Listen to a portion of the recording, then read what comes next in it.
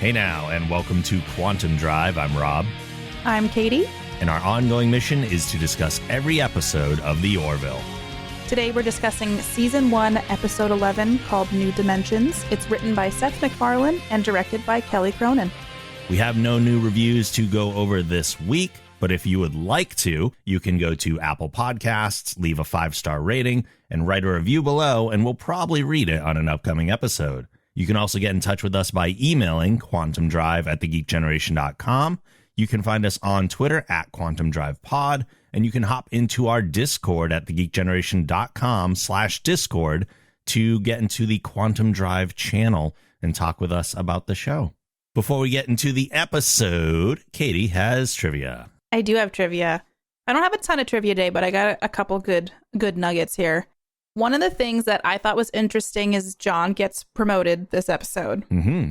And it mirrors something in Star Trek The Next Generation. It sure does. When a certain Geordi LaForge is promoted, which I thought that when I first watched this episode, I was like, this is very similar to LeVar Burton in Next Gen. Totally. So I thought that was interesting. And it said that on Next Generation that Geordi LaForge got the chief engineering position after it had rotated through a couple guest stars in the first season. That's true. Yeah, it was weird that they had different chief engineers for a while on Next Gen.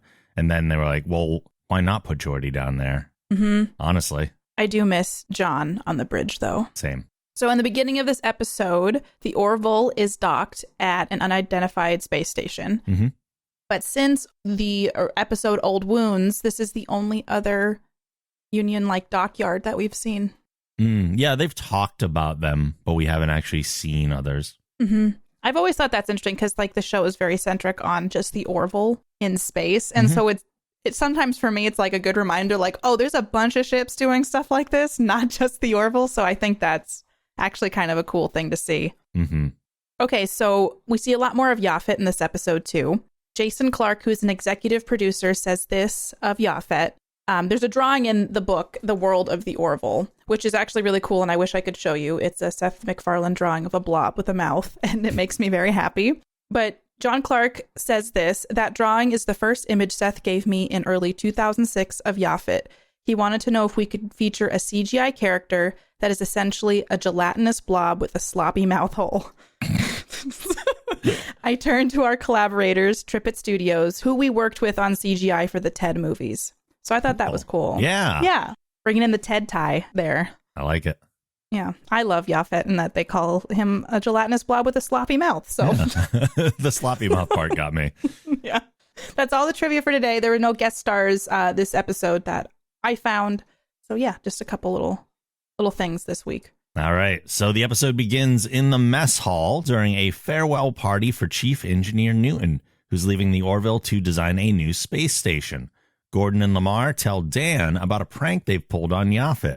The two take a piece of him and put it into the buffet. I love Dan. This scene shows why I don't like Dan. I love Dan so much. I just need him to calm down. He's so needy for acceptance. I mean, there's people like that in the world, though. He just wants friends. He doesn't have a place, it seems, but he just seems like such a nice guy. Yeah, but it doesn't come across as genuine to me. I'd be Dan's friend. I would not. Rob would just be glaring at him from the corner. I'm like, stop trying so hard. You're making it difficult for me. Oh, when I saw Dan again, I was like, this just makes my heart happy. Yaphet heads to sickbay to tell Dr. Finn he's not feeling well and suspects he's missing a piece. While he's being scanned, Bortus comes in and complains of stomach discomfort. A quick scan reveals the missing piece must have been accidentally eaten by Bortus, and Yaphet realizes that Gordon and Malloy are behind it, so Bortus opens his mouth and Yaphet fishes it out. The first time I watched this episode, I, didn't pay as close attention to things.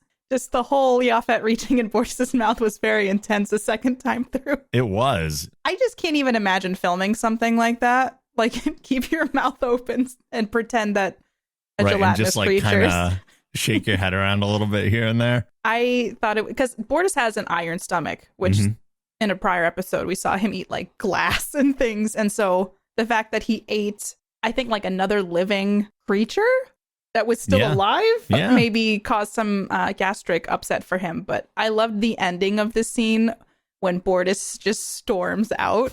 He didn't say anything. He just like stormed out of the room.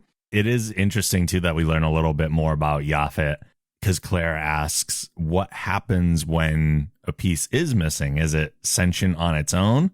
And Yaphet's like, well, kinda, not entirely, but I just feel like I'm in like a cold, wet place or dark, wet place. It is interesting because most of the stuff I feel like we've learned about Yaphet so far is that he has feelings for Claire, and this kind of provided a little glimpse more into him as a character and what his purpose on the ship is. I thought it was a mean prank. It is a mean prank. I thought it was like there's pranks and then there's mean pranks. And I was like, they ripped off a part of his body and put it in food that Bortus ate. Yeah, it's a horrible prank. And that's why now they're in Grayson's office and Gordon and Malloy are being reprimanded for their foolish behavior. As Kelly opens John's record to add a note, she's stunned by what it says. Oh, well, John is the smartest on board, allegedly, which I don't know. I just think they were each getting a reprimand for playing this prank on Yaphet. I just feel like something more than just a reprimand might have been. They took a piece of another crew member and put it in the buffet, and I just. During this whole scene, I was like, yeah, that's a really mean prank. It is. If someone did that to me, obviously I'm not a gelatinous creature. Yeah. But like, there's like a line that kind of gets crossed. True. In all fairness, I don't think they really punished Isaac for amputating a part of Gordon either. But Gordon asked for it. Also true. But what that also maybe is because, Isaac's a robot. And how do you reprimand like a robot? Well, yeah, he clearly doesn't understand. And he's not officially, like, he's a part of the crew, but he's like kind of a liaison. Yeah, I don't think they could actually like write him up for it. If anything, they'd be like, okay, that's a bit too far. See you later. Please don't do that anymore. Grayson brings her findings to Mercer, and the two are shocked that Lamar's aptitude rating is through the roof. In fact, the numbers indicate that Isaac is the only one on the ship who's smarter than him. Based on this new information coming to light, Kelly suggests that they look at Lamar as a possible replacement for the chief engineer position.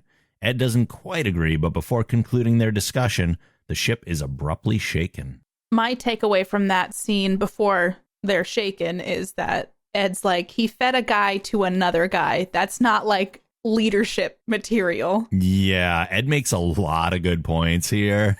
It is interesting because I don't know, like from my perspective, just because you have book smarts doesn't necessarily mean that you should be put in a leadership role. But I think that this episode does a really good discussion on that. And I think they did a good job throughout with John's journey. Yeah, there's a lot of stuff about wasted potential here. And again, I can't fault Ed for his logic. Like, it doesn't matter how smart he is if, one, he's not a great leader, and two, he doesn't want to use it. Yeah. It's something, too, where I think book smarts don't always translate like to street smarts, as people say. You kind of need a mix of both. Yeah, they even make the case that the fact that Gordon could just get Lamar on board to pull that prank shows how non-leader that Lamar actually is.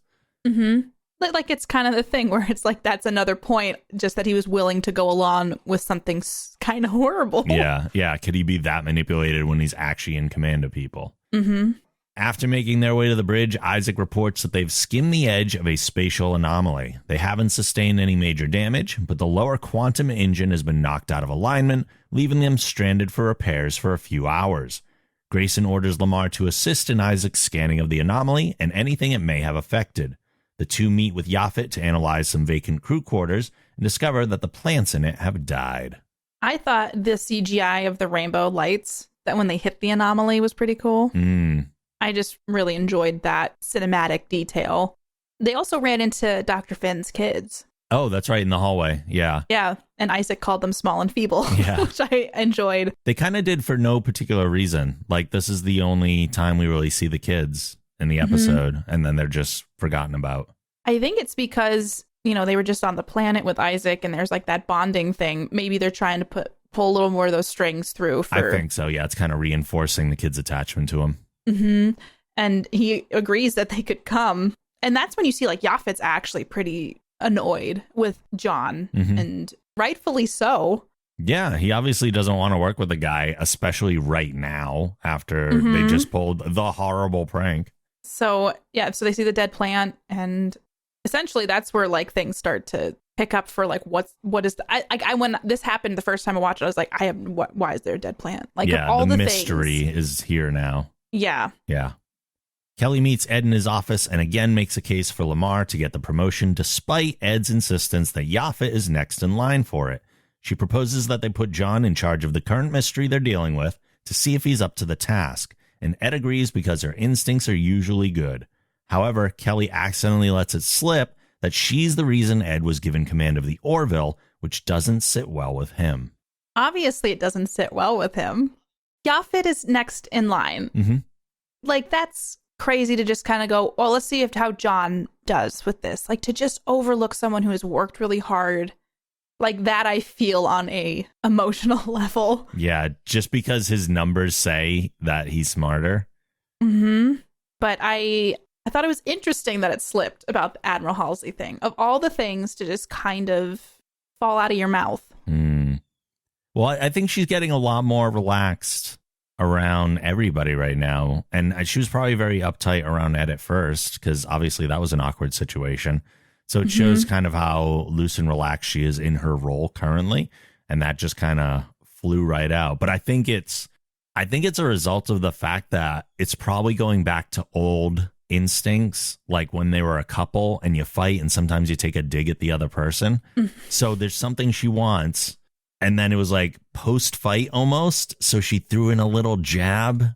Yeah, I mean, it does make sense for how their dynamic is. Yeah, it was almost subconscious. Yeah, but I'm like, to even say that to anybody, be like, the only reason you have this job is because of me. Like, that's just kind of the worst thing you could. She did catch herself, but she did say it. Yeah. So Mercer confirms what Kelly said with Admiral Halsey, who assures him that he's more than proven that he deserves his position, but Ed's confidence is shaken.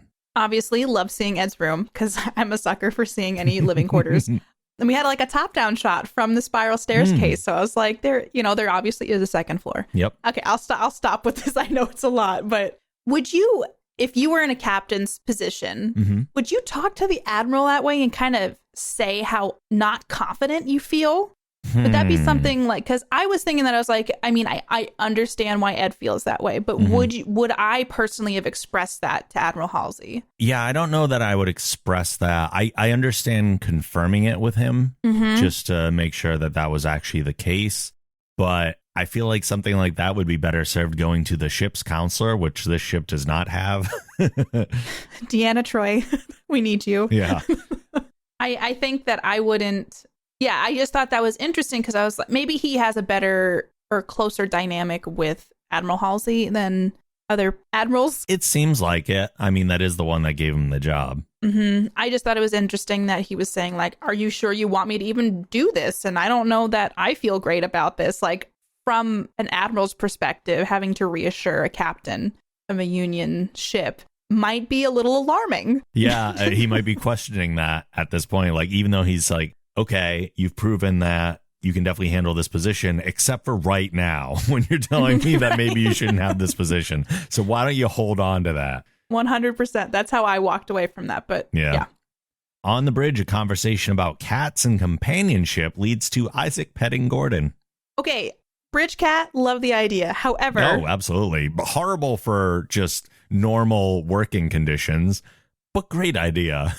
Jumping up on the control panels. Oh, yeah. It's a horrible idea. Getting in the way during, situations that need to be dealt with and wanting pets. I thought immediately about it jumping up and just walking all over a control panel. Look, John had soda on the bridge in the pilot. It's what it is. They don't care too much about it. It's fine. Yeah, you can't really train a cat to not jump up. No. So Lamar is called to Grayson's office where she confronts him about his aptitude scores and asks why he never mentioned it before, to which he says it's his business. By the end of the conversation, Grayson assigns Lamar to be in command of the task force investigating the anomaly. Okay. One thing that was interesting from this is that how rich you are is measured in how successful you are now, which I thought was really cool. Kind of explain more about where we're at as a society now. Mm-hmm. But John's making a choice to say, I want to clock out, drink my beer, and watch TV kind of thing. And there's nothing wrong with that, but she's putting him in a position where he has to. Mm-hmm. Like, how do you feel about that? Do you feel like that's fair for her to put that on him when he just expressed like, hey, I get that. I want to clock out and just not take my job home with me. I understand putting someone in a position to make them aware of their potential. I get that. Mm-hmm. I don't. So, okay, let me put it this way. So it's fine that she did that because the stakes aren't crazy. Like right now, they're not in any immediate danger. They're just kind of figuring out something from a science perspective. And it's not like they're saying right now that, hey, you're chief engineer. Mm-hmm. I think it would be super irresponsible to put him in the chief engineer position right away with the attitude that he has, because that's the opposite of earning it. And like you said, if Yaphet's next in line and he's worked hard for that position and he's shown leadership abilities, then the leadership abilities are almost more important than your intelligence. Mm-hmm. Because being a leader is not something that everybody can learn. It's not always something, it is usually something actually that's kind of a natural thing. You're either a leader or you're not a leader. Yeah. And if John is resistant to it, then odds are he's not going to be a great leader. So, and he actually might be a better asset as someone as a part of the team. Like, use his brain. Sure. Mm-hmm. Why leader? What I get stuck on is if Yaphet has worked, like the guy, Newton just retired or not retired and went to a different position. And if Yaphet's just like, okay, I've worked for this. Yeah. Like, how crappy would it be if it's like, here's John Lamar going to take, from even like, I want to say a management, but from coming from Kelly, it just seems interesting that just because he's smart to throw him into something like this. So I do think that this is probably, at this moment, it wasn't like a high risk situation. It was a good way to see his potential. Yeah. The Orville encounters a Horbalak smuggling ship and warns them about the anomaly, but the warning is ignored and the ship continues on its course. Upon exiting the anomaly, no power signature or life signs can be detected. The Horbalak, he was such a slob. Oh, absolutely.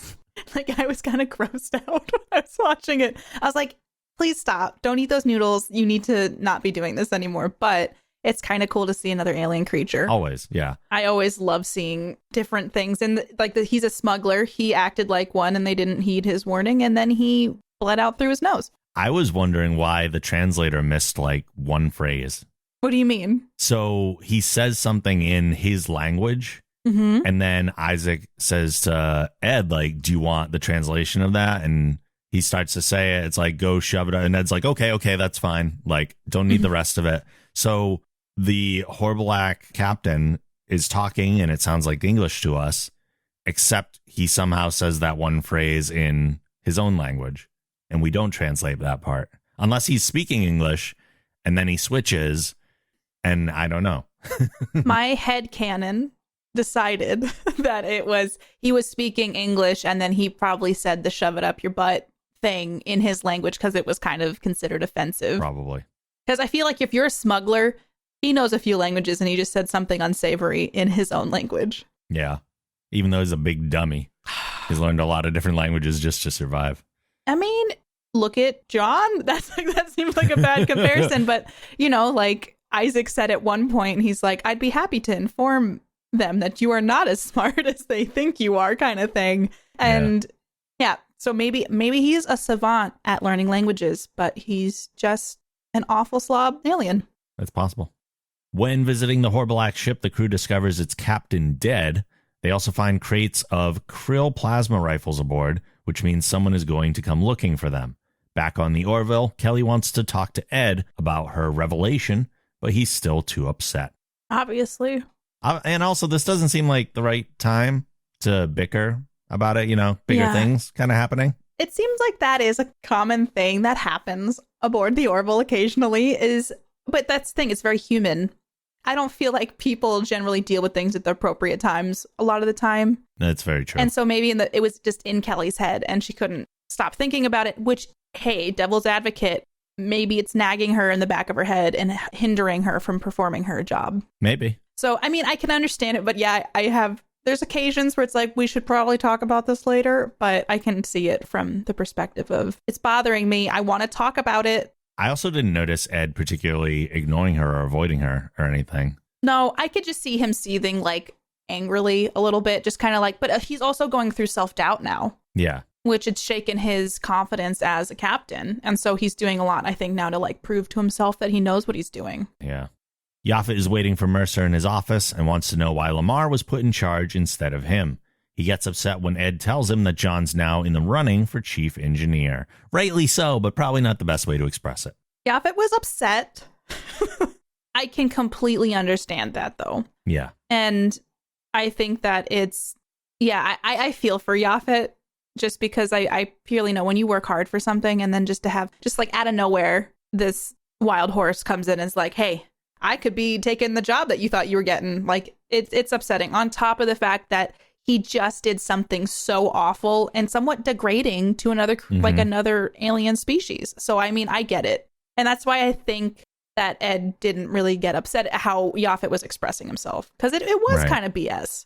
Yeah, you know that job that you earned and want? We're considering this other guy who doesn't want it and hasn't earned it. And also treated you like crap at the party. So, yeah. Noticeably and justifiably upset. Lamar is hesitant to enter engineering and start work with his team as he feels unprepared. Gordon spots him and suggests an icebreaker, which he tries, but it falls apart when Yaphet says it's stupid. I loved this scene. So because Dan, right? Not just because of Dan, but like he's like, everybody John was so serious about the gumdrops, and Dan was trying to eat it and he just yells at Dan, you gotta share something about yourself, and just like so upset. And I just thought that was hysterical. And Yaphet says it's dumb, and then John made them all put their gumdrops back, which it was a good way to showcase that John didn't feel ready. And clearly wasn't. Like, that's not command. And Yaphet called him on it. He's like, we should be working. What are you doing? But I will say that it did a good job showing that John was trying. And we did learn a little bit more about Dan, which I personally love. You wanted to know about his antique furniture working, didn't you? Of course I did. I want to know as much as I can about Dan. And you're going to go get brunch with him after this. Oh, 100%. We're going to get mimosas. We're going to have a nice time. Gordon kind of puts the idea to John, too, by saying that everyone likes gumdrops. But honestly, not a big fan. I do not like gumdrops either. They're too chewy. Yep. And they're gritty. Yeah. They're not worth it. They're really not. So many better candies. Agreed. What candy would you have picked? I know it's a tough question, but... Oh, man. You could have gone with like even a Hershey Kiss. Yeah. I'm trying to think of one. Keep it simple. Peanut butter M&Ms. That'll work. Well, now you're dealing with possible allergies, Katie. That's a whole other problem. There are no allergies, Rob. I'll go with that. I'll agree. I'll have Dr. Finn on the side with an EpiPen just in case. They're irresistible. While looking over the data, Isaac and John realize that the anomaly is a doorway leading to a two-dimensional pocket of space. Dr. Finn explains that the death of the Horbalak captain and their plants is a result of their protein structures being broken down into two dimensions, unable to return to their original shape once back in a three-dimensional universe. This is my note. This is literally the note I wrote. So much science, very Star Trek. That's not a very tech part, but it is science-y. It reminded me very much of like old episodes of Next Generation and just the more, science technology discussions in the boardroom. It's not a boardroom, but in the meeting rooms and stuff. So it gave me very much like a flashback to nostalgia. Yeah, and it doesn't even matter if it's accurate or not. We're just like, okay. Yeah, like my brain doesn't understand this stuff super well. So it's like, yeah, this makes sense. Yep, that's fine by me. Yep, checks out. I understand. Shape go flat, shape not get back to shape after. It seems good. Yeah, it's one of those things where I just kind of, like it, Because you were saying this is like quantum physics. Well, not this part, but there is quantum physics later on, yeah. But like this is, the science stuff where like you could dig into this and maybe if this was your field of study, but as like a regular viewer, I'm like, whatever you guys say. Checks out. Yep. Sounds good. Sounds good. Before they can plan a course of action, 3 Krill ships are detected heading in their direction. With the enemy set to arrive before their drive is back online, Lamar suggests creating a quantum bubble around the ship, which should theoretically allow them to enter the anomaly and survive in 2-dimensional space. I wrote down that it could protect. There was no guarantees here. There wasn't. There was a chance, and Isaac even said that theoretically it should work. They have no way of testing. I did notice that when they were like, yes, do that. John and Isaac both didn't have much hustle leaving the bridge when there's like 15 minutes. They're just casually walking off the bridge. There was a brisk walk, but it wasn't like I'd be running to engineering if I was about to make a bubble to go around the ship to go into 2-dimensional space. There's a lot of stairs to walk down. There's a lot of spiral staircases from what I remember. So, in engineering, the science team techs the tech and initiates the quantum bubble. They enter the anomaly just before the Krill ships arrive. The bridge crew marvels at the sight of 2-dimensional space and the life forms that exist within it. Mercer gives the order to remain here for a couple hours so the Krill ships will leave. It looked like a circuit board. It did. It looked super cool. I liked it. Yeah, I was actually going to ask you what you thought of the design of the 2-dimensional civilization. I really liked it. And I liked even more that they kind of gave it that almost pulsing rainbow hue. It's just like a different spectrum of colors than you normally see. And it was interesting because they're talking about how this is maybe a 2-dimensional civilization. And like, what would that even mean? And like, when you really look at it from that perspective, you're like, those little lights moving back and forth could be like little beings just living their days. They could even be starships flying around in their 2-dimensional universe, but they can't perceive us because it's really cool. And one of the things that I was thinking about, because the ship's kind of flying through it, right? Are they murdering a bunch of 2-dimensional space? From what they said, the bubble is kind of protecting not only them, but also the 2-dimensional space. So they're not really directly harming it. Okay. Because I was just watching it. Like, I'm like, yeah, they can say that, but they're flying through it. So I just was like, there's just like destruction and death behind them. But it's like, ooh, pretty. They don't show behind the Orville where there's just screams. Screams and fire. Yeah. Oh. 2D fire. Grayson finds Mercer in the mess hall and continues their previous conversation. This time she points out that no one does anything on their own, so Ed should accept that, even if it was her that helped him out. While still not completely on board with her argument, Ed seems to be cooling down. Yeah, it seems like compared to, say, the first part of the season, like now, he deals with Kelly and things like this with Kelly, like with much more of a cool head. Like, it's not the same... I can't believe, like, I feel like in episode 3, he would have still been like, get out of like kind of thing. And now he's just like, I've thought about it. Fine. Thank you, I guess.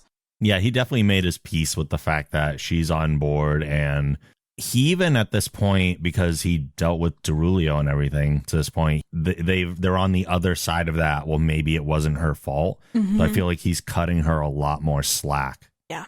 And it is interesting because like he said to her, like, oh, you just happened to do a recommendation to the admiral your dad's close with. And I can understand where he's coming from, but it seems like he's handling it a lot better than he would have. Yeah. It's nice that he didn't just say, oh, okay, fine, you're right. He's like, well, I need to deal with this on my own time. Like, I get it. I understand what you're saying now, but I still just need to kind of figure this out on my own. Yeah. And that's acceptable. The Orville is suddenly hit by tremors, the cause of which is the deterioration of the quantum bubble. Mercer orders Gordon to take them back to normal space, but he's unable to do so as the anomaly has closed, trapping them inside. The fact that the bubble's breaking down is horrifying, but also all of them had nosebleeds, except say like Isaac. But it's something where I wonder what kind of damage it did to their bodies in just that short amount of time. Yeah. Well, it affects their nasal cavities, clearly, and only their nasal cavities. There must be something. What if it's because your lungs get flattened? I don't know, but it just seems like, there might be some long-term effects later on. But granted, it's the future. Medical science is a lot better. Maybe everybody just needs a specific rehabilitation thing and then they'll be good as new. I'm going with balloon pump. Like to make them feel better, like a balloon pump? No, just reinflate whatever got flattened with a balloon pump. There's just a line for a balloon pump and Dr. Finn's pumping it. Your foot's better. Look, they've had clowns here, so they have people that can take care of this for them. Medical personnel. Dr. Finn's probably been trained in this. Yeah, in balloon clowning. In engineering, Isaac has detected what he believes to be another doorway, but it's 4,000 kilometers away, and the Orville's engines have already been exposed to two-dimensional space, rendering them useless. Lamar devises a plan to create a quantum bubble inside of a shuttle, allowing the outside to remain in two-dimensional space, but the inside unharmed. Wanting to prove himself to himself, Ed decides to join John in the shuttle. You can't not mention the pancake comment. I enjoyed that. Just shout out to Dan. Should see Rob. Again, another reason why Dan annoys me. Like, this is not your conversation, Dan. He likes pancakes. There are bigger things going on. True. Dan needs to learn his role. People are going to yell at me for not liking Dan. I'm waiting for the rage. It's going to happen. I just enjoy him as an alien, and he's staying optimistic despite the fact that they all might be pancakes, but he just wanted to know if they were discussing pancakes. So I thought it was interesting that Ed's going. It makes sense that he's proving himself, but it's also like, danger, danger. We might need you on the bridge, but I get it because of the circumstances. He wants to prove that he can. I get it, but also, how does being a good pilot prove you're a good captain? Maybe it's more of the mission because you have to get the Orville out of two-dimensional space. Yeah. Like they're relying on John and Ed to get them essentially out. I guess, unless Ed is diverting captainship from the Orville to one shuttle. Oh, that is true. Like, I'm going to be the captain of this shuttle.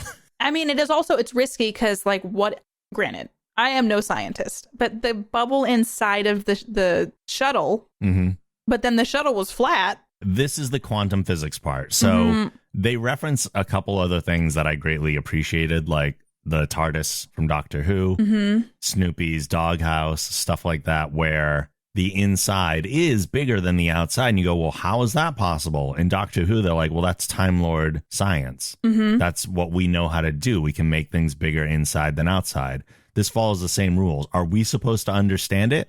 We're not quantum scientists. So no, probably not. Or quantum physicists is probably way more accurate. But I understand that it's a thing that other sci-fi has done. I understand the concept of it. Even though it doesn't make sense from a very logical standpoint, there is a scientific basis behind it. And I'm glad that it worked because they're not dead. In the shuttle bay, the science team is blaming Yaphet for the situation they're in. John steps in and scolds them, saying it was his idea as well, so he deserves just as much blame. I just thought it was really crappy of the engineering department to be so catty. Yeah. Especially to someone where like Yaphet was, I mean, this is a new scenario. They'd all be dead if, the Krill. Yeah, how about that? Yeah, and so I thought it was actually really cool that John defended Yaphet and stuck up for him. And this is, of course, their way of showing John kind of stepping up into his command role. So that's why I do think this episode did do a good job of showing John's progression. Yeah, he did grow into the role. I'll give him that. But the question remains, is he still more qualified for it than Yaphet is, which I'm sure we'll talk about. Mercer and Lamar take the shuttle out and begin to pull the Orville with a tractor beam. On their way, Ed asks John why he hides his intelligence. John says being smart where he grew up got you alienated, so to be accepted, he made a habit of downplaying it. Mercer says that Kelly was right about a lot of things and offers John the job of chief engineer. Well, there you go. The fact is, Yaphet kind of gotten screwed over here a little bit, but my brain is kind of going with, does John really want it? Yeah, I don't know if he does still. And it's a little bit crazy that just because he has good testing scores and stuff, that he kind of got to walk through it without paying his dues. And, maybe Yaphet wasn't fully qualified, but I just kind of felt like it'll be okay, but I feel for Yaphet. Yeah, oh, absolutely. To me, this part felt like an action movie romance.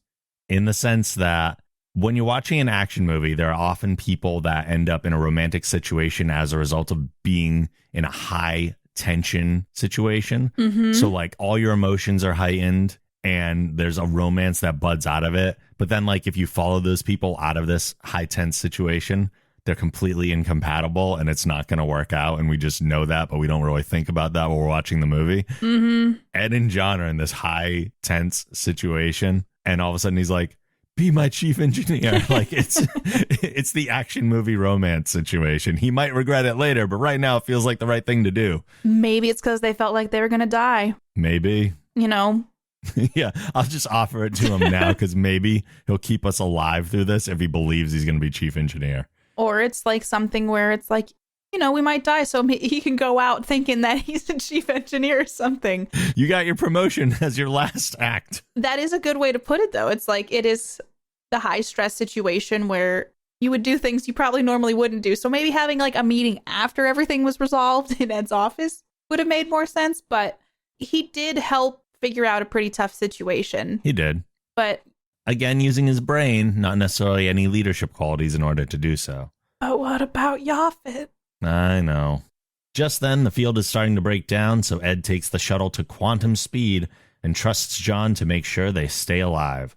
The Orville and the shuttle successfully make it out and return to normal space. It was interesting, their solution to getting out of it. Yeah. And creative. It was interesting because it was like all this buildup, and then you see this like little flat shuttle pulling the Orville through. I actually really like the effect of when it almost went over the waterfall, if you will, and just went flat. That was cool. Yeah. And so it was a really cool.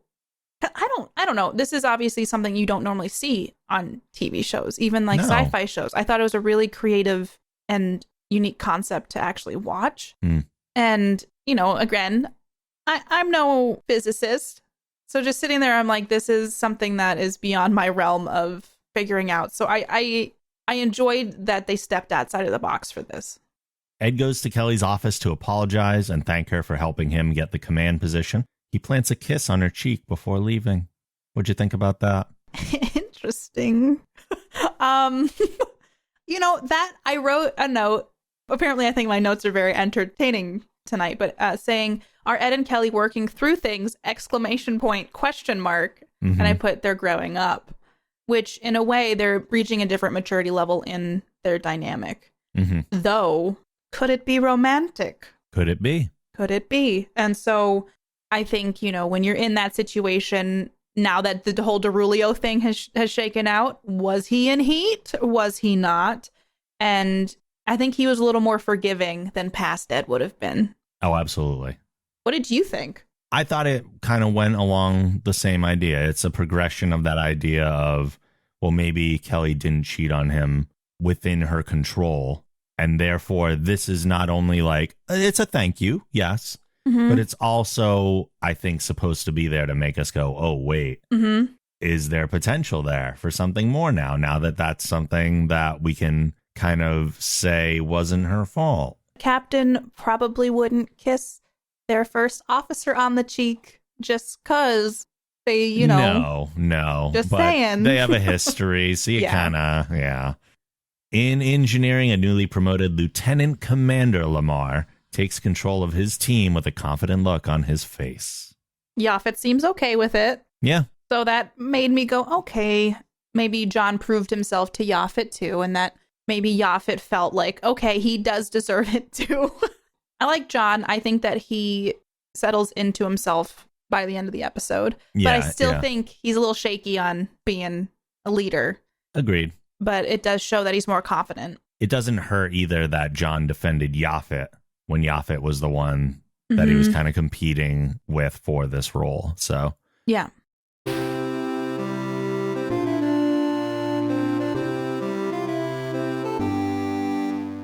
All right. What's your big takeaway from this episode? My big takeaway is that it was very nostalgic for me because it reminded me of an old Next Gen episode, just with the tech and science-y stuff. And I feel like there isn't a level of that in past episodes, but this was the most heavily reliant episode, I think, for it. Yeah, sure. I still feel like Yaphet kind of got the short end of the stick, but it was kind of a neat episode to see John grow a little bit. And I feel like John hasn't had too much of an episode since Majority Rule. So it was neat to see him progress as a character. Overall, I liked the episode. It's not my favorite, but, you know, it was different concepts and different ideologies that I think, like, you get to see Ed and Kelly grow as characters too. And so it's a lot of character stuff in this episode. Like, the mystery's there, but it's not super, super important. It's like, hey, here's a thing that's kind of cool. Oh, it's dangerous. Like, always. Oh, we're going to get out of it. So it's kind of those normal beats that you're used to. Yeah. So it was more focused on the character stuff, which I like. I like that. Yeah. So I feel like this has been a different, it was a different episode than we've watched in a while. I think so too.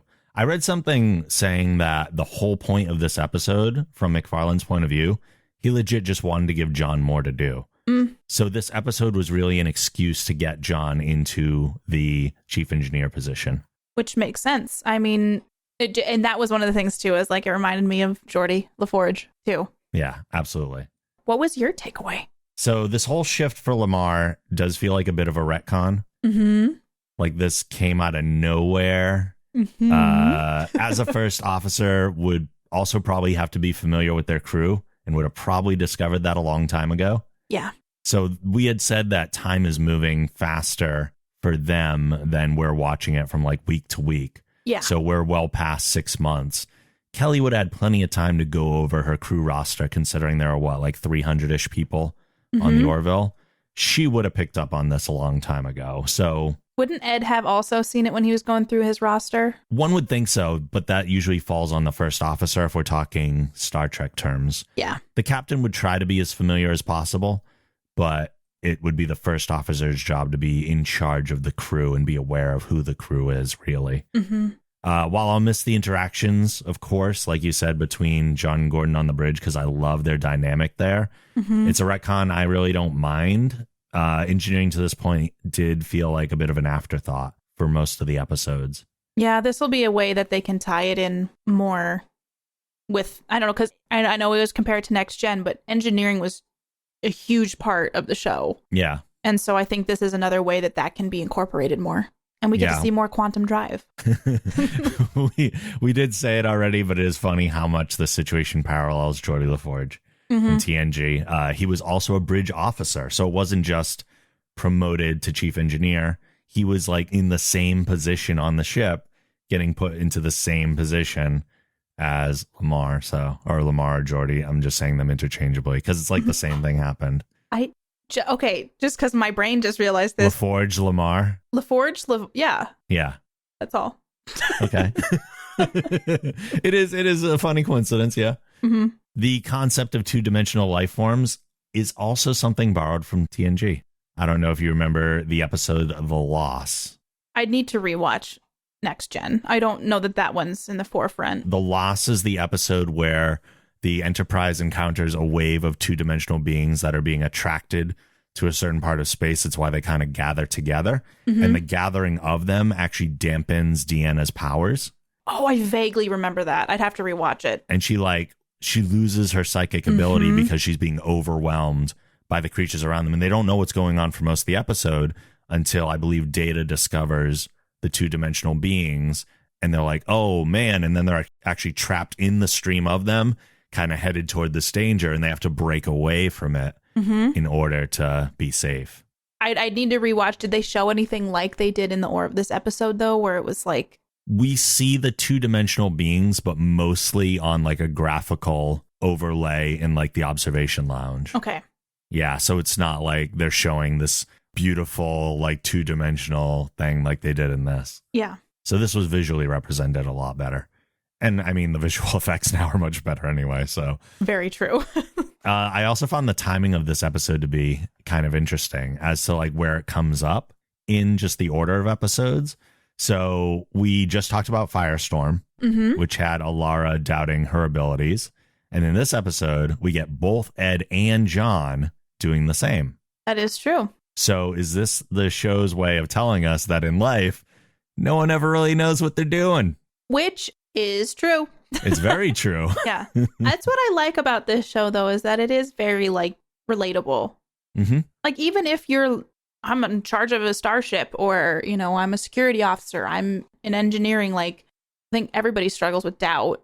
And I'm glad that this show shows that versus it just being like, we're all competent at everything we do. I'm so well trained in this. I know everything. It's nice to see, even amongst alien species, the human side of like emotions and working things out. And that we're all just trying really hard. Trying our best. We're trying as hard as we can. To make it through life, to put together a nice podcast, to do all the things. That's all we want. But before we end this podcast, we have one more thing to do because Katie's husband, Mark, is a big fan of the Orville as well and always leaves us with his 1-sentence review.